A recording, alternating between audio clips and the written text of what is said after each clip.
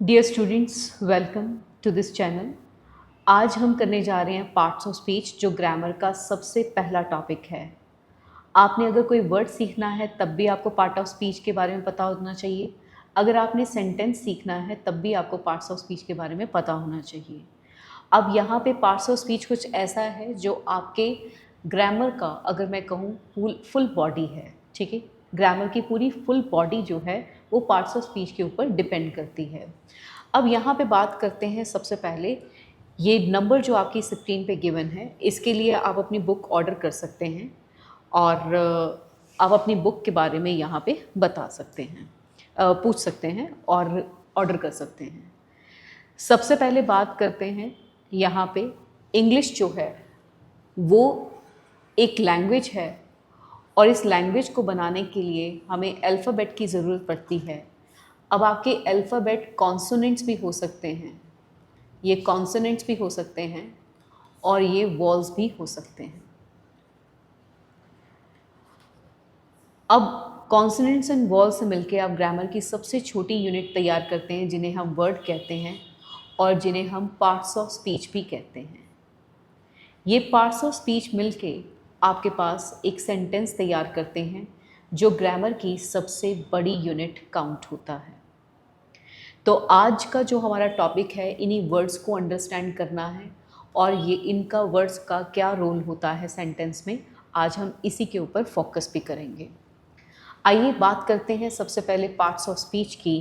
तो एक डेफिनेशन जो आपको गिवन है कि words are divided into different kinds और classes called parts of speech according to their use, that means according to the work they do in a sentence.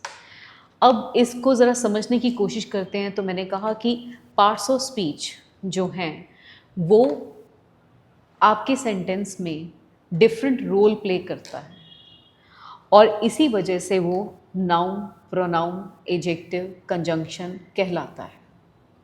आइए समझते हैं।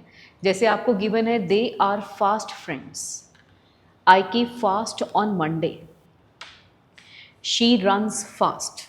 तीनों सेंटेंस को अगर आप देखें तो आप सोचिए इन सेंटेंसेस का मीनिंग क्या है। आपको क्लियर होता है कि they are fast friends, that means वो अच्छे दोस्त हैं। I keep fast on Monday, इसका मतलब है कि मैं मंडे को उपवास रखता हूँ, कुछ खाता पीता नहीं। एंड ही रन्स फास्ट का मतलब है वो तेज़ दौड़ता है। अब वर्ड एक ही था, फास्ट, लेकिन अगर मैं उसके मीनिंग कहूँ तो कहीं पे उसका मतलब अच्छे है, कहीं पे उसका मतलब उपवास है, कहीं पे उसका मतलब तेज है। अब इसी तरह से ये पार्ट्स ऑफ स्पीच हैं, ये डिफरेंट होते हैं, डिफरेंट सेंस जनरेट करते हैं। दैट इज़ वाई ये different noun, pronoun, adjective, conjunction, adverb कहलाते हैं। गिवन सेंटेंस में फास्ट एक एडजेक्टिव है, हम आगे पढ़ेंगे कि ये एडजेक्टिव क्यों है। दूसरा सेंटेंस आपका जो है, इसमें फास्ट वर्ड जो है वो एक नाउन है, नेम ऑफ एक्टिविटी है, आगे पढ़ेंगे। तीसरे सेंटेंस में फास्ट जो है वो एक एडवर्ब है, जो कि वर्ब के लिए लगी है, इसे भी हम आगे पढ़ेंगे। टोटल पार्ट ऑफ स्पीच अगर मैं बात करूं तो वो होते हैं 8, जिसमें आता है आपके पास noun, pronoun, adjective, verb, adverb, preposition, conjunction and interjection. ये सारे आपके 8 पार्ट ऑफ स्पीच हैं। इनमें से सबसे पहले हम नाउन को पढ़ते हैं। तो नाउन जो है, इसकी एक डेफिनेशन ट्रेडिशनल बुक्स में आपको मिलेगी कि noun is a name of person, place and thing. Well, noun is a name of person, place and thing, ये डेफिनेशन गलत नहीं है, पर इसका जो स्कोप है वो छोटा है। हम अब पढ़ेंगे डेफिनेशन कि noun is a naming word. ये एक नेमिंग वर्ड है जो सारी विजिबल चीज़ों के लिए है, सारी फेल्ट ओनली चीज़ों के लिए है, एंड नेम ऑफ यूनिट्स हैं। विजिबल चीज़ें, आपके सामने पड़ा हुआ लैपटॉप एक नाउन है, आपके सामने पड़ा हुआ एक मोबाइल नाउन है, आपके सामने आप जिस प्लेस पे हैं, रूम, ये भी एक नाउन है। अगर आपको वहाँ पे वॉल्स दिखाई दे रही हैं, ऑफ कोर्स दिखाई दे रही हैं, तो वो भी नाउन है। फिर आते हैं फेल्ट ओनली। अब फेल्ट ओनली नाउन की 4 कैटेगरीज हैं। फेल्ट ओनली नाउन्स में पहले आता है FAQS से इसे करते हैं, FAQS। F is a name of feeling. अब नेम ऑफ फीलिंग भी नाउन है। फॉर एग्जाम्पल मैं कहूँ लव, हेट्रेड, सिंपथी, ये नेम ऑफ फीलिंग है और दैट इज़ वाई ये नाउन कहलाता है। फिर आता है आपके पास name of activity. Name of activity भी नाउन होता है। फॉर एग्जाम्पल अगर मैं कहूँ प्रोटेस्ट, ये भी एक नेम ऑफ एक्टिविटी है। मैं कहूँ इलेक्शन, ये भी नेम ऑफ एक्टिविटी है। कुकिंग, स्विमिंग, वॉकिंग, ये भी नेम ऑफ एक्टिविटीज़ हैं। रेवोल्यूशन। नेक्स्ट आता है नेम ऑफ क्वालिटी। अब नेम ऑफ क्वालिटी भी नाउन है। For example bravery, right, for example beauty, for example loyalty, ये सारे ही नाउन हैं। फिर आता है name of state. Name of state for example अगर मैं कहूँ यूथ, अगर मैं कहूँ चाइल्डहुड, ये सारे नेम ऑफ स्टेट हैं। डेफिनेशन को थोड़ा और पक्का करते हैं, दोबारा से समझते हैं। Noun are the naming words. Noun is a naming word. किस चीज़ का? वो सारी चीज़ें जो आपको आँखों से दिखाई दे रही हैं, जैसे विभा, केक, माइक्रोवेव, ये सारे नाउन हैं। फिर फेल्ट ओनली में जैसे name of activity movement, name of emotions happiness, name of state brotherhood, name of quality honesty, units के नाम स्पीड, एवरेज, किलोग्राम, हाइट, ये सारे ही आपके जो हैं वो कहलाते हैं नाउन्स। अगर आपने सेंटेंस में कहीं पे भी नाउन को आइडेंटिफाई करना है तो उसके बहुत बेहद आसान तरीके हैं। सबसे पहला पॉइंट जो आपको याद रखना है वो क्या, कि आपके सेंटेंस में कम से कम 2 चीज़ें होती हैं, जिसमें एक आता है सब्जेक्ट और दूसरी आती है वर्ब। सब्जेक्ट और वर्ब के बाद तीसरी चीज़ जो लिखी जाती है नाउन और प्रोनाउन, वो आपके या ऑब्जेक्ट कहलाते हैं। अब जैसे सब्जेक्ट जो है वो या तो एक नाउन होता है या सब्जेक्ट एक प्रोनाउन होता है। इसी तरह से ऑब्जेक्ट भी या तो एक नाउन होता है या ऑब्जेक्ट एक प्रोनाउन होता है, राइट। अब यहाँ पे बात करते हैं, जैसे मैंने कहा कि कृष्ण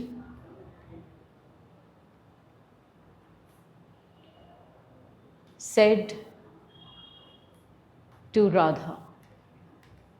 मैंने कहा कृष्ण said to राधा। अब मेरी सेंटेंस की ये सब्जेक्ट जो है वो नेम है किसी पर्सन का। फिर मैंने लिखी वर्ब, राइट। फिर उसके बाद मैंने लिखा राधा, ये ऑब्जेक्ट है।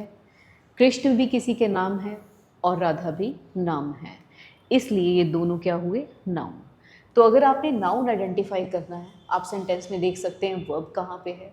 वर्ब जिसके लिए लगी है वो सब्जेक्ट होगा। सब्जेक्ट या तो नाउन होगा या प्रोनाउन होगा। सब्जेक्ट वर्ब के बाद अगर ऑब्जेक्ट है तो वो ऑब्जेक्ट भी 100% या तो नाउन होगा या प्रोनाउन। दूसरी चीज़ जिससे आप आइडेंटिफाई कर सकते हैं नाउन को, वो है who, whom and what। who, whom and what। For example अगर मैं कहूँ Renu gave Chetan a pen। अब इसमें अगर मैं कहूँ हु गेव, तो इसका आंसर मुझे मिलेगा रेनू से। रेनू गेव हुम, तो आंसर मिलेगा चेतन से। रेनू गेव चेतन व्हाट, तो व्हाट का आंसर मिलेगा मुझे पेन से।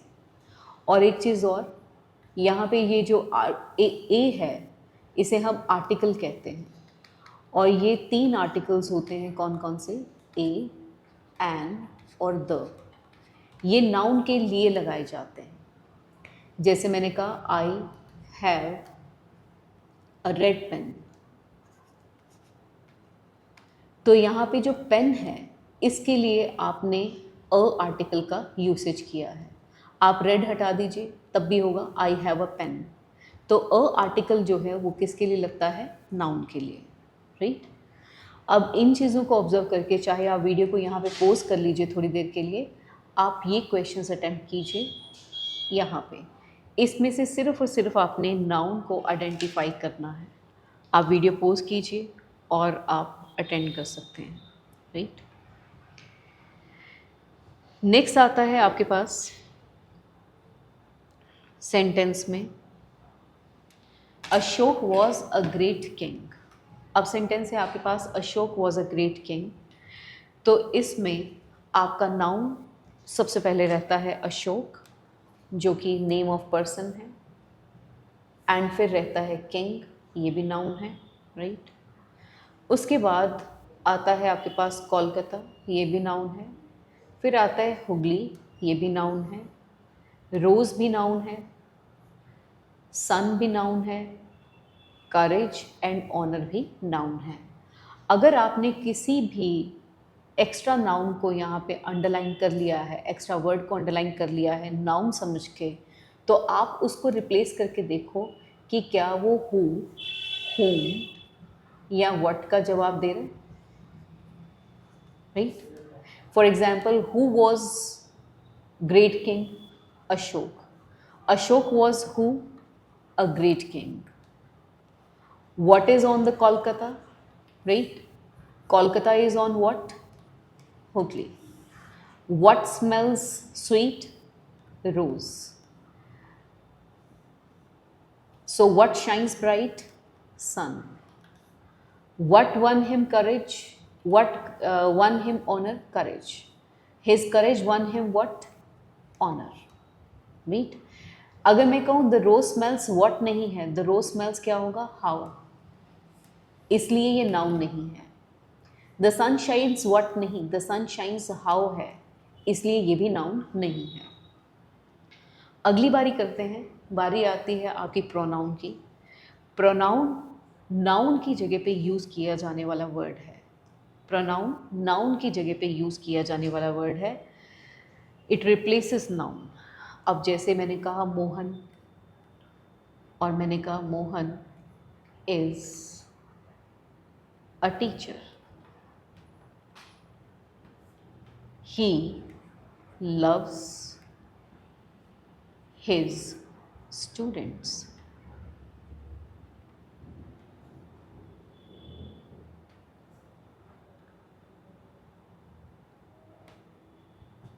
The students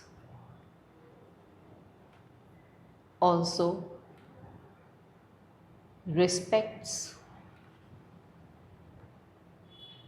their teacher and they obey, I'm sorry, they obey him. अब देखिए इतने सेंटेंस में अगर हम आइडेंटिफाई करें तो यहाँ पे मोहन जो है वो नाउन है, टीचर जो है वो भी एक नाउन है। मोहन के लिए हमने क्या लगाया? ही, जो क्या बना? Pronoun. He loves his students, students क्या बना? Noun. The student, again student noun है। Also respect, also respect their teacher, ये भी एक नाउन है। एंड दे, हमने स्टूडेंट्स की जगह पे लगाया तो ये क्या बना? ये बना आपका प्रोनाउन। हिम हमने मोहन की जगह पे लगाया तो ये क्या बना आपका? फिर से प्रोनाउन। अब एक चीज़ आप समझिए यहाँ पे, एक प्रॉपर तरीके से आपको कहीं ना कहीं पे जैसे हिज स्टूडेंट्स दे रखा है, देयर टीचर दे रखा है, आपको ये कन्फ्यूजन ना हो जाए इसलिए बता रही हूँ। अगर मैं कहूँ my, our, your, their, his and her, इन्हें हम पॉजेसिव एडजेक्टिव कहते हैं। ये पॉजेसिव एडजेक्टिव हैं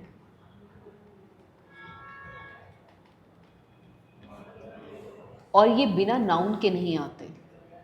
आप इन्हें खुद से बोल के देखिए। आप कहिए my dream, our family, your decision, their choice, his wife, her husband. तो आप इनके साथ नाउन ज़रूर लगाएंगे। इन्हें प्रोनाउन कहने की गलती मत कीजिए। प्रोनाउन नाउन की जगह पे लगाया जाएगा। इसको जब मैंने कहा प्रोनाउन नाउन की जगह पे लगाया जाएगा, तो मैंने आपको एग्जाम्पल भी दिया। मैं दोबारा से आपको एग्जाम्पल देती हूँ। सेंटेंस मैंने लिखा, मैंने कहा कि Kavita, Kavita is a mother and she knows her offspring very well। offspring का मतलब होता है बच्चे।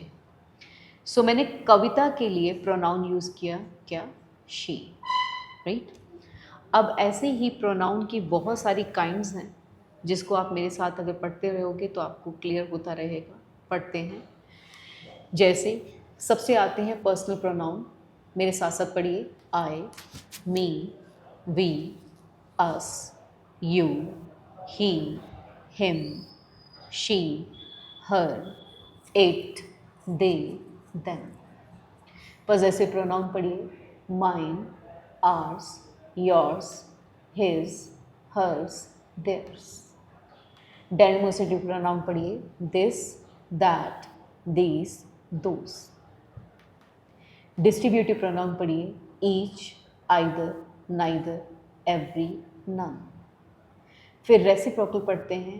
Each other, one another. Reflexive और इम्फेटिक स्ट्रक्चर वाइज सेम होते हैं लेकिन इनका यूसेज अलग होता है। तो पढ़ते रहिए मेरे साथ। Myself, ourselves, yourself, yourselves, himself, herself, itself, themselves and oneself। फिर अगली बात करते हैं indefinite pronoun की। somebody, nobody, anybody, everybody, someone, no one, anyone, everything, something, nothing, anything, all, some, any, both, another, much, few, little। फिर आते हैं relative pronoun. Who, which, that. फिर आते हैं interrogative pronoun. Who, whom, whose, which। आप इसे video को pause करके पहले आराम से इस लिस्ट को पढ़ सकते हैं। अब इस वाली शीट पे आपने नाउन और प्रोनाउन दोनों को ढूंढना है।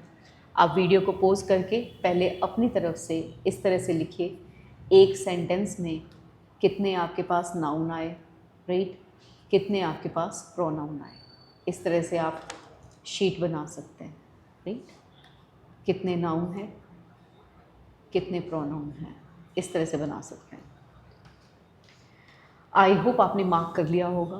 पहले हम सिर्फ नाउन देखेंगे। जॉन नाउन है, बुक्स नाउन है, लेटर नाउन है, आगे कोई नाउन नहीं है। फिर बात करते हैं प्रोनाउन की। ही प्रोनाउन है, राइट, यू प्रोनाउन है, दे प्रोनाउन है, समवन प्रोनाउन है, एंड वी प्रोनाउन है, ईच अदर भी प्रोनाउन है, शी भी प्रोनाउन है, आई भी आपका प्रोनाउन है। अगली बात पे चलते हैं। नेक्स्ट आता है आपके पास एडजेक्टिव। एडजेक्टिव क्वालिटी बताता है किसकी, नाउन और प्रोनाउन की। नाउन नेमिंग वर्ड है, pronoun replaces noun, and adjective tells the quality of noun and pronoun. For an example आपको दे रखा है ही इज़ लेज़ी, तो लेज़ी जो है वो एडजेक्टिव है, यहाँ पे ही की क्वालिटी बता रहा है। The teacher is polite, polite यहाँ पे एडजेक्टिव है, टीचर की क्वालिटी बता रहा है। अगर मैं नाउन की बात करूँ तो नाउन को फर्दर हम डिवाइड कर सकते हैं, एडजेक्टिव्स को हम फर्दर डिवाइड कर सकते हैं किसके साथ? इसे हम डिवाइड कर सकते हैं डिटर्मिनर्स, आर्टिकल्स और डिग्रीज के साथ। डिटर्मिनर्स शो करते हैं आपके नाउन की क्वांटिटी, यानी कि वो कितने हैं। फॉर एग्जांपल सम के साथ मैंने लिखा पेन्स और मैनी के साथ मैंने लिखा स्टूडेंट्स। कितने स्टूडेंट्स हैं? Many students. So it shows the quantity.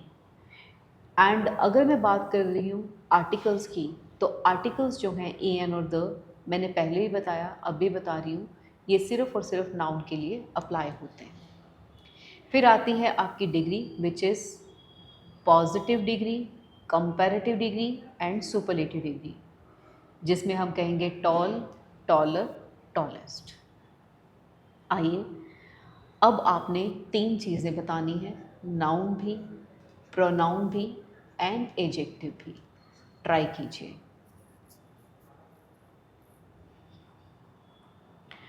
सबसे पहले सेंटेंस में हम 3 कलर लेते हैं और सबसे पहले नाउन को आइडेंटिफाई करते हैं। यहाँ पे बॉयज़ नाउन है, यहाँ पे बॉयज़ एंड क्लास नाउन है, जॉन, विनय, राधिका, बैग, वर्कर, ये भी नाउन है। अब हम बात करेंगे यहाँ पे प्रोनाउन की। ही प्रोनाउन है, देयर प्रोनाउन है, और कोई भी प्रोनाउन यहाँ पे अवेलेबल नहीं है। नेक्स्ट हम बात करेंगे सीधे एडजेक्टिव्स की। एडजेक्टिव्स में अगर मैं बात करूँ, ये सेम कलर का हो गया इसलिए मुझे थोड़ा सा डिफरेंट लेना पड़ेगा यहाँ पे। अगर मैं बात करूँ, आर्टिकल भी नाउन एडजेक्टिव का पार्ट है और ब्रेव भी, क्योंकि ये बॉय के लिए लगा है आर्टिकल, तो ये एडजेक्टिव का ही काम कर रहा है। ब्रेव भी नाउन के लिए लगा है बॉय के लिए, तब भी एडजेक्टिव का काम कर रहा है। 20 बॉयज़, 20 यहाँ पे एडजेक्टिव है क्योंकि ये बॉयज़ के बारे में बता रहा है कि बॉयज़ कितने हैं। दिस क्लास, क्लास के बारे में, जो कि एक नाउन है, उसके बारे में बता रहा है, इसलिए दिस भी यहाँ पे एडजेक्टिव है। जॉन के बारे में बता रहा है, डिटर्मिन्ड। वर्कर के बारे में या विनय के बारे में बता रहा है, ऑनेस्ट, और एन भी। अ रेड बैग, अ आर्टिकल है, ठीक है, एंड रेड जो है वो एडजेक्टिव है। आई होप आप सही कर रहे हो। अगर आप सही नहीं किया है तो आप पीछे से एक बार ज़रूर रिवीजन ले लीजिए, क्योंकि ये सही होना चाहिए था। आगे चलते हैं। नेक्स्ट आता है वर्ब। जैसे कि मैंने पहले भी बताया, अब भी बता रही हूँ, आपका जो सेंटेंस है इसमें 2 चीज़ें बेहद इम्पॉर्टेंट है। एक है सब्जेक्ट और दूसरा है वर्ब। और अगर मैं बात कर रही हूँ वर्ब की, तो वर्ब सब्जेक्ट की 3 चीज़ें बताता है। वर्ब सब्जेक्ट के बारे में 3 चीज़ें बताता है। ये बताता है सब्जेक्ट का स्टेट, पोजीशन एंड एक्शन। अब इसको एक्सप्लेन करते हैं कि इसका मीनिंग क्या है, वो ज़रा समझते हैं। स्टेट है, वो बताती है कि आपके सब्जेक्ट के पास क्या है, मतलब आपका सब्जेक्ट क्या है, what the subject is, right, what the subject is. Position बताती है what the subject owns, what the subject owns. And action बताता है what the subject does, subject करता क्या है, राइट। अब मैं आपको ज़रा यहाँ पे इसके बारे में बताती हूँ। मैंने सेंटेंस लिखा, मैंने लिखा टीना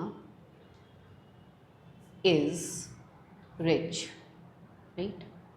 अब पहले तो मैं इसमें सब्जेक्ट आइडेंटिफाई करूँ। सब्जेक्ट आइडेंटिफाई कर रही हूँ तो टीना सब्जेक्ट है, राइट। इज़ जो है वो वर्ब है, लेकिन ये जो इज़ वर्ब है वो सब्जेक्ट के बारे में बता क्या रही है? इज़ बता रही है कि आपका सब्जेक्ट है क्या, वो रिच है, तो ये स्टेट बता रही है सब्जेक्ट की। नेक्स्ट मैंने लिखा, मैंने कहा आई हैव मनी, राइट, मेरे पास पैसा है। अब इस सेंटेंस का जो सब्जेक्ट है वो ज़रा आइडेंटिफाई करते हैं। सब्जेक्ट है आई और हैव है वर्ब, लेकिन ये हैव बता रही है कि सब्जेक्ट के पास क्या है, पैसा है, तो ये पोजेशन की बात है। अब सेंटेंस में लिख रही हूँ तो सेंटेंस मेरे पास आता है कि शी इज़ रनिंग, वो दौड़ रही है। सेंटेंस आया शी इज़ रनिंग, वो दौड़ रही है। अब फिर से हम आइडेंटिफाई करेंगे कि हमारा सब्जेक्ट क्या है। तो हमारा सब्जेक्ट तो है यहाँ पे शी, राइट, और वर्ब है इज़ रनिंग। इज़ जो है वो हेल्पिंग वर्ब है, रनिंग जो है वो मेन वर्ब है। अब इज़ रनिंग बता क्या रहा है कि सब्जेक्ट कर क्या रहा है, यानी कि ये बता रहा है सब्जेक्ट का एक्शन। तो हमारी डेफिनेशन यहाँ पे कंप्लीट होती है। डेफिनेशन कहती है कि आपका वर्ब बताता है कि आपके सब्जेक्ट की स्टेट क्या है, पोजीशन क्या है और उसका एक्शन क्या है। अब गिवन सेंटेंसेस में अगर आप कोशिश करें तो आप बताएं कि इसमें सब्जेक्ट क्या है और वर्ब क्या है, ठीक है। तो सेंटेंस में सबसे पहले आपके पास आता है Sana, which is a subject and was verb है।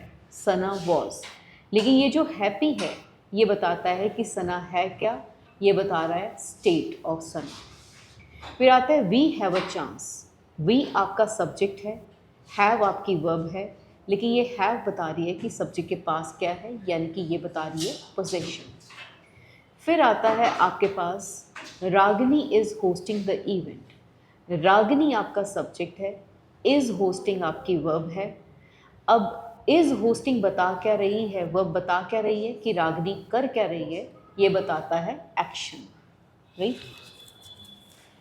फिर इसके बाद अगली बात करते हैं। नेक्स्ट आता है आपके पास, जैसे मैंने बताया कि सब्जेक्ट या तो एक नाउन रहता है या प्रोनाउन, या तो सब्जेक्ट सिंगल रहता है या प्लूरल। इसके लिए जब हम एक वर्ब प्लस करते हैं तो ये वर्ब भी या तो सिंगल होती है या प्लूरल। अब ये वर्ब जो है वो सब्जेक्ट की क्या बताती है, state, possession and action. English is easy, subject है आपका इंग्लिश एंड वर्ब है आपकी इज़, लेकिन ये वर्ब बता रही है कि आपका सब्जेक्ट क्या है, ईजी है, राइट।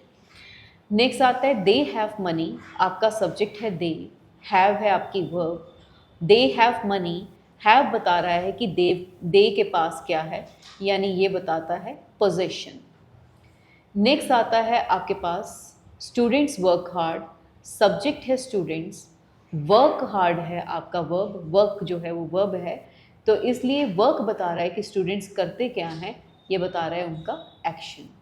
तो अगेन वही बात होगी कि अगर मैं आपसे पूछूं वर्ब क्या है, तो आपको ये बताना चाहिए कि वर्ब जो है वो बताती है state, position and action of the subject. अगली बारी में चलते हैं। हमारे पास आता है यहाँ पे आपको सब्जेक्ट ढूंढना है, आपको वर्ब ढूंढनी है, और आपको ये बताना है कि वर्ब क्या बता रही है, स्टेट बता रही है, पोजीशन बता रही है या एक्शन। इस वीडियो को यहाँ पे आप पॉज कीजिए और पॉज करके आप अपने हिसाब से इसको लिखिए, फिर मैं आपको इसको एक्सप्लेन भी करूँगी, राइट। तो सबसे पहले आपके पास आया Kolkata is a big city. जब मैंने कहा Kolkata is a big city, तो यहाँ पे कोलकाता आपका सब्जेक्ट है, राइट, और इज़ आपकी वर्ब है। ये इज़ बता रहा है कि कोलकाता है क्या, दैट इज़ वाई ये क्या बता रहा है, state. They had a big house, they आपका सब्जेक्ट है, हैड आपकी वर्ब है, लेकिन ये वर्ब बता रही है कि दे के पास क्या है, यानी कि ये बता रही है पोजेशन, राइट। सहर कॉल्ड मी, सहर आपका सब्जेक्ट है, सहर आपका सब्जेक्ट है और आपकी वर्ब है कॉल्ड, और ये बता रही है एक्शन।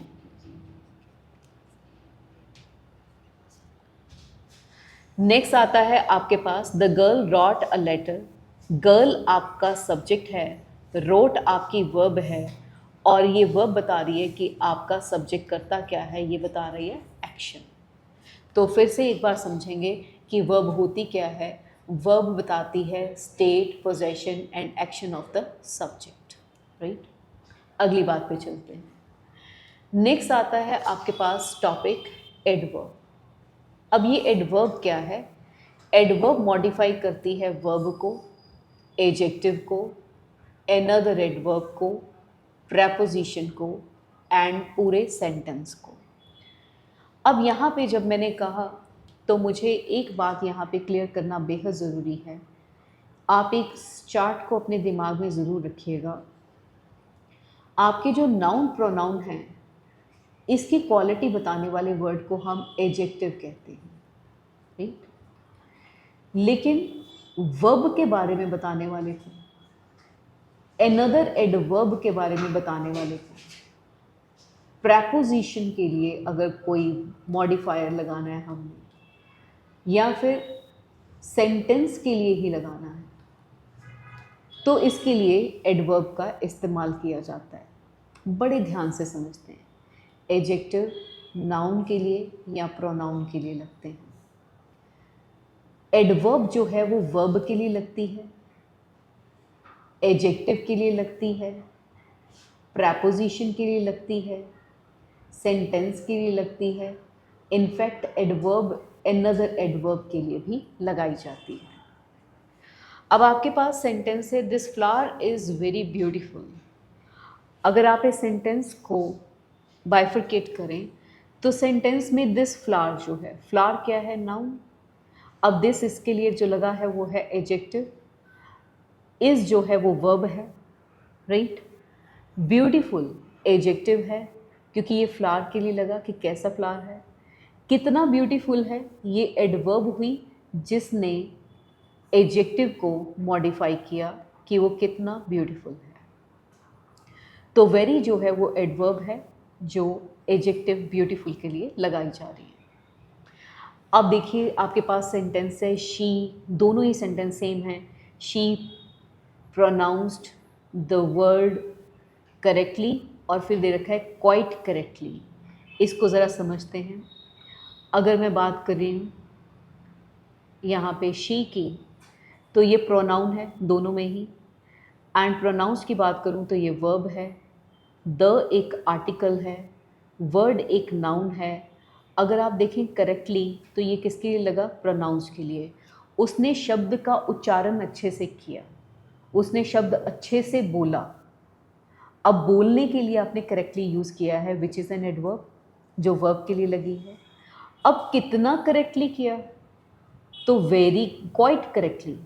अब क्वाइट भी एक एडवर्ब है लेकिन वो ऑलरेडी एक एडवर्ब के लिए लग रही है। He built the house just in front of the school. In front of एक प्रेपोजिशन है, इसे अभी आपने किया नहीं, लेकिन इसके लिए लगा हुआ जस्ट जो है वो प्रेपोजिशन है। Luckily we are safe, we are safe whole sentence के लिए लगा हुआ ये लकीली, ये एडवर्ब का काम कर रहा है। एडवर्ब थोड़ी सी कंफ्यूजिंग हो जाती है स्टूडेंट्स के लिए, इसलिए मैं इसको एक बार फिर से एक्सप्लेन कर रही हूँ और इसकी एक्सप्लेनेशन को बड़े ध्यान से यहाँ पे समझिएगा, राइट। सबसे पहले यहाँ पे आपको गिवन है कि ही और उसके बाद गिवन है रैन। अब दो ही वर्ड है, ही जो है वो सब्जेक्ट है, रैन जो है वो वर्ब है। मैंने लगाया ही रैन फास्ट। अब ये फास्ट ही के लिए नहीं लगा, रैन के लिए नहीं लगा, सॉरी रैन के लिए लगा, तो ये क्या बना? एडवर्ब। समझने की कोशिश कीजिए। वो दौड़ा, वो तेज़ दौड़ा। अब ये तेज़ दौड़ने के लिए लग रहा है, दैट इज़ वाई ये क्या है? एडवर्ब। फिर अगली बात करते हैं तो आपके पास आता है ही रैन वेरी फास्ट। ही रैन वेरी फास्ट। अब यहाँ पे ही तो पहले से सब्जेक्ट है, रैन पहले से ही वर्ब है, फास्ट एक एडवर्ब है जो किसके लिए लग रही है? बेसिकली रैन के लिए। अब फास्ट के लिए भी हम एक एडवर्ब लगा रहे हैं जो कि है वेरी, राइट। फिर इसके बाद अगर मैं बात करूँ, मैंने कहा टीना और मैंने कहा इज़ रिच और मैंने साथ में लगा दिया इनफ। अब यहाँ पे अगर सेंटेंस देखें तो टीना आपका सब्जेक्ट है जो कि एक नाउन है, राइट। इज़ आपकी वर्ब है, रिच टीना के लिए लगा है तो क्या है? एडजेक्टिव है। लेकिन कितना रिच है? इनफ रिच है। ये आपकी एडवर्ब हुई, लेकिन ये एडवर्ब लगी किसके लिए? रिच के लिए। नेक्स्ट आपके पास आता है सेंटेंस में, मैं थोड़ा सा इसको इरेज कर दूँ, आप इसे वीडियो पोस्ट करके लिख सकते हैं। अब मैं कह रही हूँ कि ही केम आफ्टर मी, ही केम आफ्टर मी।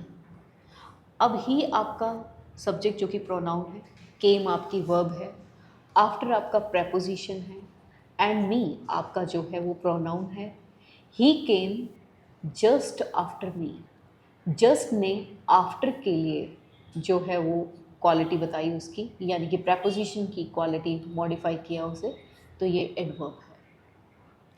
फिर जैसे ये गिवन सेंटेंस है ही, लकीली वी आर सेफ पूरे सेंटेंस के लिए लगा हुआ लकी, लकीली ये एडवर्ब का काम कर रहा है। आइए नेक्स्ट बात करते हैं। This plan is really good. जब हमने कहा this plan is really good, आपने मुझे इस वाली स्लाइड में सिर्फ और सिर्फ एडवर्ब बताने हैं, और आपने ये भी बताना है कि ये एडवर्ब लगा किसके लिए है। ठीक है, आप टाइम लीजिए, वीडियो पॉज कीजिए और खुद से आइडेंटिफाई कीजिए। तो पहला आपके पास है this plan is really good. ये गुड जो है वो एडजेक्टिव है, एडजेक्टिव के लिए लगा हुआ ये रियली जो है वो एडवर्ब का काम कर रहा है। I completely agree with you, agree verb है जिसके लिए कंप्लीटली लगा हुआ एडवर्ब का काम कर रहा है। ही कैलकुलेट्स वेरी फास्ट, इसमें दो एडवर्ब हैं, वेरी भी और फास्ट भी। फास्ट जो है वो कैलकुलेट के लिए लगी है और वेरी जो है वो फास्ट के लिए लगा है, यानी कि यहाँ पे एक वर्ब के लिए लगा है और एक एडवर्ब के लिए लगा है। फास्ट वर्ब के लिए लगा है एंड वेरी जो है वो एडवर्ब फास्ट के लिए लगा है। The house is directly behind a mall, behind आपका प्रेपोजिशन है और इस प्रेपोजिशन के लिए हमने डायरेक्टली लगाया जो कि काम कर रहा है किसका, एडवर्ब का। नेक्स्ट आता है fortunately I could guess all the answers well. ये I could guess all the answers well ये आपका सेंटेंस है, इसके लिए लगा हुआ फॉर्चुनेटली एक एडवर्ब का काम कर रहा है। आइए नेक्स्ट समझते हैं। नेक्स्ट आता है आपके पास क्या, प्रेपोजिशन। तो अगर मैं प्रेपोजिशंस की बात करूं तो प्रेपोजिशन को मैं बोलती हूं कि ये रिलेटिंग वर्ड्स हैं और ये खाने में नमक की तरह हैं, क्योंकि अगर नमक ना हो तो खाना ख़राब हो जाता है, बेकार हो जाता है, और अगर प्रेपोजिशन ना हो तो आपका सेंटेंस बेकार हो जाता है। आइए ज़रा इसको समझते हैं कैसे। बात आती है आपके पास प्रेपोजिशन। इससे पहले कि हम प्रेपोजिशंस को पढ़ें, मैं आपके लिए सिर्फ एक वर्ड लिखती हूँ और आपको बोलती हूँ कि इमेजिन करो इसके आगे फिल अप में क्या आ सकता है, ब्लैंक में क्या आ सकता है। मैं आपकी थोड़ी हेल्प करती हूँ। For me, for India, for honesty, for her, for family. ठीक है, या तो आप एक नाउन लिख रहे हो या आप एक प्रोनाउन लिख रहे हो। आगे चलते हैं। मैंने कहा विद, तो विद के साथ ब्लैंक डाली, तो विद आप कुछ भी लिख सकते हो, म्यूज़िक, राइट। विद आप लिख सकते हो एक्साइटमेंट, राइट। विद प्लेजर लिख सकते हो आप, राइट। या आप कह सकते हो with me, with us, with you. या तो आप एक नाउन लिखोगे या प्रोनाउन लिखोगे। तो ये मैंने इसलिए बताया कि प्रेपोजिशंस जो हैं इनका काम ही क्या है, ये नाउन और प्रोनाउन को बाकी पार्ट्स ऑफ स्पीच के साथ जोड़ते हैं। ये नाउन को, प्रेपोजिशन को, वर्ब को, एडजेक्टिव को, एडवर्ब को रिलेट करती हैं प्रेपोजिशंस अगेन किसके साथ, नाउन और प्रोनाउन के साथ। अगर आप ये सेंटेंस देखें कि the teacher was in the class, यहाँ पे टीचर जो है नाउन, क्लास जो है वो भी नाउन, लेकिन टीचर का क्लास से रिलेशन की टीचर है कहाँ पे, तो ये इन जो है वो प्रेपोजिशन है जो बता रही है relation of teacher and class. इसके बाद बात आती है she was at the table.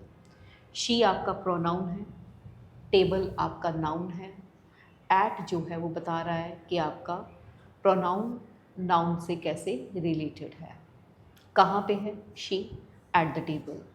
इसको यहाँ पे समझना ज़रूरी है, एट क्यों लिखा है, ऑन क्यों नहीं है।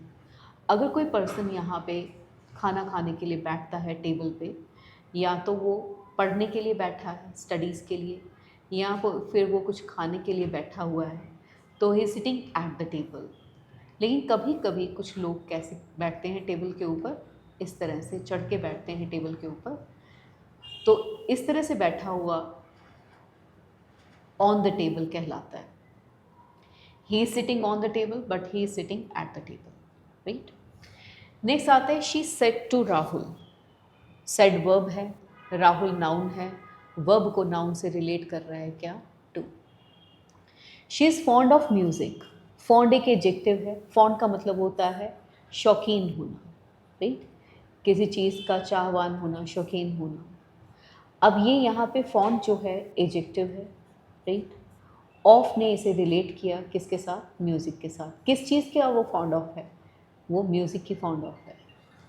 नेक्स्ट आता है आपके पास she is looking surely at me.